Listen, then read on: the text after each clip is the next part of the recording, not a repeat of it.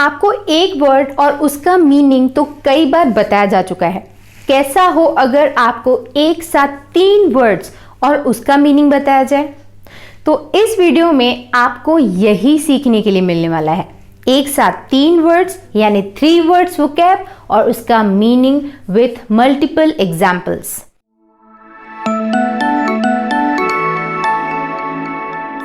Hello everyone, मैं हूं सोनम और इन्फॉर्मेशन सेंटर में आप सभी का स्वागत है। तो आप लोग आए दिन कमेंट्स करते रहते हैं कि हमें 2 या 2 से ज्यादा वर्ड्स का वोकैब बताइए। तो मैंने डिसाइड किया कि इस वीडियो में आपको 3 वर्ड वोकैबुलरी बताया जाएगा, यानी एक साथ 3 छोटे छोटे वर्ड्स को मिलाइए तो उसका क्या मीनिंग बनेगा, जिसे हम फ्रेज भी बोलते हैं, और उन फ्रेजेस को कैसे यूज करना है विथ मल्टीपल एग्जाम्पल्स, यानी एक से ज्यादा एग्जाम्पल्स में आपको वो बताया भी जाएगा। तो ये वीडियो आपके बहुत काम का है। जो एग्जाम्पल्स मैंने क्रिएट किए हैं वो भी बहुत यूजफुल है, डेली लाइफ वाले हैं। तो ओवरऑल ये वीडियो आपके बहुत काम का होने वाला है। तो चलिए without making any more delay, let's start the video. तो सबसे पहला वोकैबुलरी वर्ड है हमारी लिस्ट में quite a few. Quite a few का मतलब होता है बहुत सारे या पर्याप्त, यानी सफिशिएंट। ओके, एग्जाम्पल देखिए, I have been there quite a few times. I have been there quite a few times, इसका मतलब मैं वहाँ काफ़ी बार गया हूँ। सेकेंड एग्जाम्पल देखिए इसी के ऊपर, I know quite a few people who have had the same problem. I know quite a few people, यानी मैं ऐसे बहुत सारे लोगों को जानता हूँ who have had the same problem, जिनके पास एक ही समस्या है। एक ही समस्या यानी एक जैसी समस्या है। तो मैं ऐसे बहुत सारे लोगों को, I know quite a few people. तो क्वाइट अ फ्यू का मतलब होता है बहुत सारे या फिर पर्याप्त। बहुत अच्छा इंग्लिश वर्ड है ये, आप इसे प्रैक्टिस कर सकते हैं। आगे बढ़ते हैं और देखते हैं सेकेंड वर्ड आज का, जो कि है through and through. Through and through का मतलब होता है पूरी तरह या फिर हर पहलू से, हर तरह से, completely, through and through. Example देखिए इसके ऊपर, पहला एग्जाम्पल है, the boy is a lazy bones through and through. The boy is a lazy bones. Lazy bones का मतलब क्या होता है? आलसी। The boy is a lazy bones, वो लड़का पूरी तरह से, थ्रू एंड थ्रू आलसी है। ओके, सेकेंड एग्जाम्पल देखिए इसी के ऊपर, I have not finished my work through and through. I have not finished my work यानी मैंने अपना काम कंप्लीट नहीं किया है। थ्रू एंड थ्रू यानी पूरी तरह से, कंप्लीटली अभी मैंने अपने काम को फिनिश नहीं किया है। तो थ्रू एंड थ्रू का मतलब हुआ पूरी तरह या फिर हर पहलू से। आगे बढ़ते हैं, देखते हैं थर्ड 3 वर्ड वोकैबुलरी आज का, जो कि है keep pace with. Keep pace with का मतलब होता है कदम से कदम मिलाना या फिर साथ चलना। एग्जाम्पल देखिए, always keep pace with time. Always keep pace with time, इसका मतलब हुआ हमेशा समय के साथ तालमेल बनाए रखें, या हमेशा समय के साथ या टाइम के साथ कदम से कदम मिलाकर चलें। सेकेंड एग्जाम्पल देखिए कीप पेस विथ का, slow down, I can't keep pace with you. Slow down यानी धीरे चलो, I can't keep pace with you, मैं तुम्हारे कदम से कदम नहीं मिला सकता। ओके, आगे बढ़ते हैं और देखते हैं आज का 3 वर्ड नेक्स्ट वोकैबुलरी, जो कि है world of good. World of good का मतलब होता है बहुत अच्छा असर होना। एग्जाम्पल देखिए, this Ayurvedic medicine has done me a world of good. This Ayurvedic medicine has done me a world of good, यानी इस आयुर्वेदिक दवा ने मुझ पर बहुत अच्छा असर किया है, बहुत अच्छा असर किया है। World of good. Next example देखिए इसी के ऊपर, a sleep will do you the world of good. A sleep will do you the world of good, इस तरीके का सेंटेंस आप कब यूज़ करते हैं? जैसे कोई अगर बीमार फील कर रहा है, अच्छा फील नहीं कर रहा है, तो आप बोलते हैं ना कि तुम सो जाओ या नींद ले लो, इसका तुम पर बहुत अच्छा असर होगा। तो आप बोल सकते हैं a sleep will do you the world of good, यानी नींद आप पर बहुत अच्छा असर करेगी। आगे बढ़ें, देखते हैं नेक्स्ट वर्ड, जो कि है put to shame. Put to shame का मतलब होता है शर्मिंदा होना या फिर लज्जित होना। एग्जाम्पल देखिए, I won't put him to shame by telling everyone about his bad behaviour. I won't put him to shame यानी मैं उसे शर्मिंदा नहीं करूँगा, by telling everybody about his bad behaviour, मैं उसके बुरे व्यवहार के बारे में सबको बताकर उसे शर्मिंदा नहीं करूँगा। नेक्स्ट एग्जाम्पल देखिए इसी का, I thought I was a good tennis player but you put me to shame. I thought I was a good tennis player यानी मुझे लगा कि मैं एक अच्छा टेनिस खिलाड़ी हूँ, but you put me to shame, but आपने मुझे शर्मिंदा कर दिया। पुट टू शेम मतलब शर्मिंदा होना या फिर लज्जित होना। यहाँ पे पुट टू शेम की जगह पुट के बाद आप जो भी सब्जेक्ट हो यूज़ कर सकते हैं। Put me to shame, put you to shame, इस तरीके से आप थोड़ा सा मॉडिफाइड सेंटेंस में इस फ्रेज में कर सकते हैं। आगे बढ़ते हैं, देखते हैं नेक्स्ट वर्ड या नेक्स्ट वोकेबलरी और नेक्स्ट फ्रेज आज का, जो कि है up in arms. Up in arms का मतलब होता है लड़ने को तैयार या फिर गुस्से में होना। एग्जाम्पल देखिए, The whole nation is up in arms against corruption. The whole nation is up in arms against corruption. यानी पूरा देश भ्रष्टाचार के खिलाफ लड़ने को तैयार है या फिर पूरा देश भ्रष्टाचार के खिलाफ गुस्से में है। नेक्स्ट एग्जाम्पल इसी का, The fans were up in arms against the superstar. The fans were up in arms against the superstar, यानी सुपरस्टार के खिलाफ सभी प्रशंसक गुस्से में थे या फिर लड़ने को तैयार थे। आगे बढ़ते हैं, देखते हैं नेक्स्ट 3 वर्ड वोकेबलरी, जो कि है to and fro. To and fro का मतलब होता है इधर उधर या फिर आगे पीछे। एग्जाम्पल देखिए, the monkey ran to and fro. The monkey ran to and fro यानी बंदर यहाँ वहाँ या फिर इधर उधर भाग गया। The monkey ran to and fro. Next example है इसी वोकैब का, the smoke drifted to and fro among us. The smoke drifted to and fro among us. Drifted का मतलब क्या होता है, चले जाना, फैल जाना, इस तरीके से the smoke drifted to and fro among us यानी धुआं हमारे बीच इधर उधर चला गया या फिर आगे पीछे फैल गया। नेक्स्ट वर्ड है आज का take time off. Take time off का मतलब होता है छुट्टी लेना। एग्जाम्पल देखिए, we should take time off for relaxation. We should take time off for relaxation यानी हमें आराम या फिर विश्राम के लिए समय निकालना चाहिए। हमें टेक टाइम ऑफ, हमें टाइम निकालना चाहिए। यहाँ पर टाइम की जगह पे कोई भी ड्यूरेशन भी हो सकता है, जैसे we should take 2 days off for relaxation, इस तरीके से। नेक्स्ट एग्जाम्पल देखिए इसी वर्ड का, since she was not well she took 2 days off work. Since she was not well यानी चूँकि या फिर क्योंकि वो ठीक नहीं थी, इसीलिए she took 2 days off work, इसीलिए उसने 2 दिन काम से छुट्टी ले ली।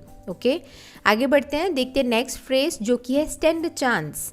स्टैंड अ चांस का मतलब होता है संभावना होना, किसी बात की पॉसिबिलिटी होना, और ज़्यादातर ये जीतने के सेंस में या फिर सक्सेसफुल होने के सेंस में यूज़ होता है। जैसे she doesn't stand a chance यानी उसके जीतने की कोई संभावना नहीं है या फिर उसके जीतने का कोई चांस नहीं है। तो स्टैंड अ चांस मतलब संभावना होना, एंड मोस्टली जीतने के सेंस में या फिर सक्सेसफुल होने के सेंस में यूज़ होता है। एग्जाम्पल देखिए इसके ऊपर, I don't think they stand a chance of winning. I don't think they stand a chance of winning. इसका मतलब मुझे नहीं लगता कि उनके जीतने की कोई संभावना है। यहाँ पर चांस के बाद अगर ऑफ विनिंग नहीं भी होता, यानी सिर्फ इतना सेंटेंस होता I don't think they stand a chance, तो इसका सिंपल मतलब भी इतना ही हो कि मुझे नहीं लगता कि उसके जीतने की या फिर उसके सफल होने की कोई संभावना है। ओके नेक्स्ट एग्जाम्पल देखिए इसी का, you don't stand a chance. You don't stand a chance यानी तुम्हारे जीतने की कोई संभावना नहीं है। स्टैंड अ चांस मतलब संभावना होना एंड जीतने की मोस्टली। आगे बढ़ते हैं, देखते हैं नेक्स्ट वर्ड जो कि है take it ill. Take it ill का मतलब होता है बुरा मानना। एग्जाम्पल देखिए, I hope you will not take it ill if I tell you the truth. I hope you will not take it ill यानी मुझे उम्मीद है कि अगर मैंने तुम्हें सच बताया तो तुम बुरा नहीं मानोगी। You will not take it ill. Next example देखिए, when your parents called you must not take it ill. When your parents called, you must not take it ill यानी जब आपके माता पिता डांटते हैं, आपको स्कॉल्ड करते हैं, you must not take it ill तो आपको बुरा नहीं मानना चाहिए। आगे बढ़ते हैं, देखते हैं नेक्स्ट फ्रेज जो कि take it easy. Take it easy का मतलब होता है ज़्यादा फिक्र ना करना या आराम से या फिर सिंपली इसका मतलब होता है घबराओ मत। टेक इट ईजी मतलब घबराओ मत। एग्जाम्पल देखिए इसके ऊपर, just take it easy and tell me what happened. Just take it easy and tell me what happened यहाँ पे ज़्यादा फिक्र मत करो और मुझे बताओ कि क्या हुआ, इसका ट्रांसलेशन ऐसा हो सकता है। या जस्ट टेक इट ईजी का मतलब ये भी हो सकता है कि घबराओ मत and tell me what happened यानी घबराओ मत और मुझे बताओ कि क्या हुआ, दोनों सही है। नेक्स्ट एग्जाम्पल देखिए इसी के ऊपर, the exam is still quite far so just take it easy. The exam is still quite far, यानी परीक्षा अभी काफ़ी दूर है, so just take it easy, तो ज़्यादा फिक्र मत करो। आगे बढ़ते हैं, देखते हैं नेक्स्ट वोकेबलरी आज का, जो कि है young and old. Young and old का मतलब होता है हर व्यक्ति या फिर प्रत्येक व्यक्ति। यंग एंड ओल्ड का मतलब जवान या बूढ़ा नहीं होता है। इट्स अ फ्रेज जिसका मतलब होता है हर व्यक्ति, हर एज ग्रुप का व्यक्ति, प्रत्येक व्यक्ति। एग्जाम्पल देखिए, this is a book for young and old. This is a book for young and old, यानी ये किताब हर व्यक्ति के लिए है। नेक्स्ट एग्जाम्पल ऐसे के ऊपर, young and old is destined to die. Young and old is destined to die, यानी हर व्यक्ति की मौत होना तय है। नेक्स्ट वोकैब है आज का हमारी लिस्ट में, speak once mind. Speak once mind का मतलब होता है मन की बात करना या फिर साफ साफ बात करना। जो आपके दिमाग में है, जो आपके मन में है, उस बात को कह देना। Speak once mind. अब यहाँ पे वंस की जगह पे कोई भी सब्जेक्ट हो सकता है, जैसे माई माइंड या माई, योर, हर, इस तरीके से। आई स्पीक माई माइंड, यानी मैं अपने मन की बात करता हूँ, तो वंस की जगह पे मैं माई सब्जेक्ट यूज़ कर सकती हूँ। तो इस तरीके से सब्जेक्ट चेंज हो सकता है। एग्जाम्पल देखिए इसी का, I always speak my mind. I always speak my mind, इसका मतलब मैं हमेशा साफ साफ बात करता हूँ। नेक्स्ट एग्जाम्पल देखिए इसी का, she is an introvert and doesn't speak her mind. She is an introvert and doesn't speak her mind, यानी वो एक अंतर्मुखी है। इंट्रोवर्ट मतलब अंतर्मुखी, और अंतर्मुखी का मतलब होता है वैसे व्यक्ति जो भीड़ में या ज़्यादातर लोगों के सामने अपने आप को खुल के एक्सप्रेस नहीं कर पाते हैं, उन्हें हम इंट्रोवर्ट बोलते हैं। मैं बहुत बार, एक दो बार एक्चुअली बता चुकी हूँ वीडियोज़ में। तो शी इज़ एन इंट्रोवर्ट, यानी वो एक अंतर्मुखी है, and doesn't speak her mind, और अपने मन की बात नहीं कहती है। तो speak once mind is also good phrase. आगे बढ़ते हैं, देखते हैं नेक्स्ट फ्रेज, जो कि है sit up with. Sit up with का मतलब होता है बैठे रहना। एग्जाम्पल देखिए, the nurse sat up with the patient all night. Sit का सेकेंड फॉर्म है sat. The nurse sat up with the patient all night, यानी पूरी रात नर्स मरीज के साथ बैठी रही। नेक्स्ट एग्जाम्पल देखिए इसी का, I can't sit up with you all night. I can't sit up with you all night, यानी मैं पूरी रात तुम्हारे साथ नहीं बैठ सकता। सिट अप विथ मतलब बैठे रहना। नेक्स्ट वोकेबलरी है आज का, bed of roses. Bed of roses का मतलब होता है आरामदायक या फिर सुखदायक। एग्जाम्पल देखिए, life is not always a bed of roses. Life is not always a bed of roses, यानी जीवन हमेशा आरामदायक नहीं होता। नेक्स्ट एग्जाम्पल देखिए इसी का, our marriage hasn't been a bed of roses. Our marriage has not been a bed of roses, यानी हमारी शादी कभी सुखदायक नहीं रही। आगे बढ़ते हैं, देखते हैं नेक्स्ट वर्ड, जो कि है out of pocket. Out of pocket का मतलब होता है पैसे की कमी होना या फिर बर्बाद होना। एग्जाम्पल देखिए, I can't help you as I am out of pocket. I can't help you as I am out of pocket, यानी मैं तुम्हारी मदद नहीं कर सकता क्योंकि मुझे पैसों की कमी है। I am out of pocket.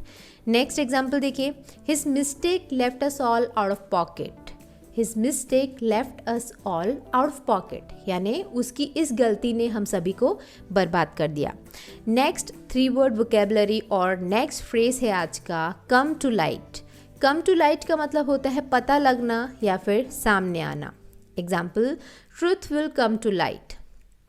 Truth will come to light, यानी सच्चाई सामने आ जाएगी। तो कम टू लाइट का मतलब हुआ प्रकाश पड़ना किसी बात पर या किसी बात का रहस्य खुल जाना। नेक्स्ट एग्जाम्पल देखिए कम टू लाइट का, every lie comes to light one day or the other.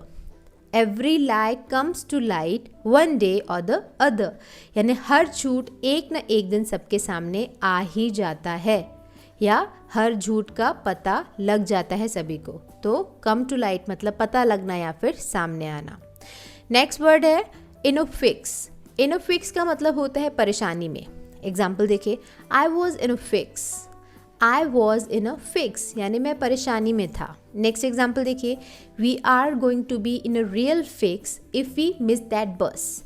We are going to be in a real fix if we miss that bus, यानी अगर हमने वो बस छोड़ी तो हम परेशानी में पड़ जाएंगे। इन अ फिक्स मतलब परेशानी में। नेक्स्ट फ्रेज है आज का, catch red handed. Catch red handed का मतलब होता है रंगे हाथों पकड़ना। रंगे हाथों पकड़ना मतलब अगर कोई क्रिमिनल कोई क्राइम कर रहा है तो उसको उस क्राइम को करते हुए पकड़ना, उसी मोमेंट पे पकड़ना जब वो गलती कर रहा है या जब वो क्राइम कर रहा है, तो उसे रेड हैंडेड पकड़ना बोलते हैं, रंगे हाथों पकड़ना। एग्जाम्पल देखिए, the thief was caught red handed. The thief was caught red handed यानी चोर को रंगे हाथ पकड़ा गया। नेक्स्ट एग्जाम्पल ऐसी का, Ryan was caught red handed taking the money. Ryan was caught red handed taking the money यानी रियान को पैसे लेते वक्त रंगे हाथों पकड़ा गया, यानी रियान को ठीक उसी समय पकड़ा गया जब वो पैसे ले रहा था, रेड हैंडेड। नेक्स्ट वोकैब है आज का या नेक्स्ट फ्रेज है आज का, and in smoke. And in smoke का मतलब होता है बेकार जाना। कोई अगर आप काम करो और आपकी मेहनत बेकार चली जाए तो उसे बोलते हैं एंड इन स्मोक, यानी आपके करने का, आपके काम का आपको रिजल्ट ना मिलना, व्यर्थ चले जाना, उसे बोलते हैं एंड इन स्मोक। एग्जाम्पल देखिए, all his efforts ended in smoke. All his efforts ended in smoke यानी उसकी सारी कोशिशें बेकार हो गई। नेक्स्ट एग्जाम्पल ऐसी का, do something else your plan will and in smoke. Do something यानी कुछ करो, else your plan will and in smoke वरना तुम्हारी योजना बेकार हो जाएगी। नेक्स्ट वर्ड है आज का, raise the roof. Raise the roof का मतलब होता है घर सर पर उठाना। रेज द रूफ मतलब घर सर पर उठाना। घर सर पर उठाना का क्या मतलब हुआ कि अगर कोई बहुत ज़्यादा चिल्लाए, बहुत ज़्यादा रिएक्ट करे किसी बात के ऊपर, तो हम बोलते हैं ना कि उसने तो घर सर पर उठा लिया। तो रेज द रूफ मतलब घर सर पर उठाना, लिटरली घर सर पर उठाना नहीं, बट बाय ओवर रिएक्टिंग हम बोलते हैं घर सर पर उठाना। एग्जाम्पल देखिए इसी का, he will raise the roof when he will hear this. He will raise the roof when he will hear this यानी वो ये जब सुनेगा तो पूरा घर सर पर उठा लेगा। नेक्स्ट एग्जाम्पल देखिए इसी का, if I don't finish this work my boss will raise the roof. If I don't finish this work my boss will raise the roof यानी अगर मैंने इस काम को पूरा नहीं किया या अगर मैं इस काम को पूरा नहीं करता हूँ तो मेरा बॉस घर सर पर उठा लेगा। अब घर सर पर उठा लेगा मतलब सर पर नहीं उठा लेगा, but he will shout at you or he will over react on it. तो इस तरीके से हम बोलते हैं रेज द रूफ मतलब घर सर पर उठाना। आगे बढ़ते हैं, देखते हैं नेक्स्ट वोकैबुलरी आज का, जो कि है ups and downs. Ups and downs का मतलब होता है उतार चढ़ाव। अप्स एंड डाउन्स मतलब उतार चढ़ाव। Example, every relationship has a lot of ups and downs. Every relationship has a lot of ups and downs यानी हर रिश्ते में काफ़ी उतार चढ़ाव होते हैं, हर रिश्ते में काफ़ी अप्स एंड डाउन्स होते हैं। नेक्स्ट एग्जाम्पल देखिए, ups and downs are part of everybody's life. Ups and downs are part of everybody's life यानी उतार चढ़ाव हर किसी के जीवन का हिस्सा है। आगे बढ़ते हैं और देखते हैं लास्ट वोकैबुलरी आज का, जो कि है pros and cons. Pros and cons का मतलब होता है पक्ष विपक्ष या फिर फ़ायदा और नुकसान। किसी भी चीज़ के दो पहलू होते हैं, फ़ायदा और नुकसान, तो उसे हम इंग्लिश में प्रॉस एंड कॉन्स बोलते हैं। एग्जाम्पल देखिए, motherhood has both it's pros and cons. Motherhood has both it's pros and cons यानी मातृत्व के, मदरहुड के अपने फ़ायदे और नुकसान दोनों हैं। नेक्स्ट एग्जाम्पल देखिए, you must weigh up the pros and cons of this job. You must weigh up the pros and cons of this job यानी आपको इस नौकरी के पक्ष और विपक्षों को तौलना चाहिए, उसे कैलकुलेट करना चाहिए। वे अप मतलब नापना तौलना। Okay, you must weigh up the pros and cons of this job, आपको इस नौकरी के पक्ष और विपक्षों को तौलना चाहिए। तो ये था आज का 3 वर्ड्स वोकैबुलरी कलेक्शन। मुझे उम्मीद है ये वीडियो आपको अच्छा लगा होगा। अगर वीडियो अच्छा लगे तो लाइक और शेयर करना मत भूलिएगा। ये वीडियो सिर्फ यहीं तक था। मुझे उम्मीद है इस वीडियो में बताए गए 3 वर्ड वोकैब आपको पसंद आए होंगे। इस वीडियो में बताए गए जो एग्जाम्पल्स हैं वो भी आपको यूजफुल लगे होंगे। अगर ये वीडियो अच्छा लगा, इस वीडियो में बताए गए सेंटेंसेस, वर्ड्स आपको पसंद आए तो वीडियो को लाइक और शेयर जरूर करिएगा। और अगर आप पहली बार इस चैनल पर आए हैं, आप ऐसे सेंटेंसेस, ऐसे वर्ड्स, ओवरऑल इंग्लिश सीखना चाहते हैं तो हमारे चैनल को सब्सक्राइब जरूर करिएगा। उसके लिए सिंपली जो नीचे रेड कलर का सब्सक्राइब बटन है उसको आपको टच करना है। उसके बाजू में जो बेल आइकन है उसको आपको प्रेस करना है। अगर आप ऐसा करेंगे तो इस चैनल पर जब भी कोई नया वीडियो अपलोड होगा तो उसका नोटिफिकेशन आपके मोबाइल में आ जाएगा और आप इंग्लिश हमसे सीख सकते हैं free of cost. And do not forget to tell me कि आपको कौन सा वोकैब या कौन सा फ्रेज बहुत अच्छा लगा, बहुत ज़्यादा डेली लाइफ वाला लगा। तो उसके ऊपर हो सके तो एक सेंटेंस भी क्रिएट करिए और नीचे कमेंट सेक्शन में ड्रॉप करिए। एंड ये ओवरऑल वीडियो के बारे में आपका एक्सपीरियंस भी लिखना मत भूलिएगा। Alright, now it's time for me to sign off. मिलते हैं हमारे अगले वीडियो में एक और नए टॉपिक के साथ। See you in the next video. Bye bye, thanks for watching.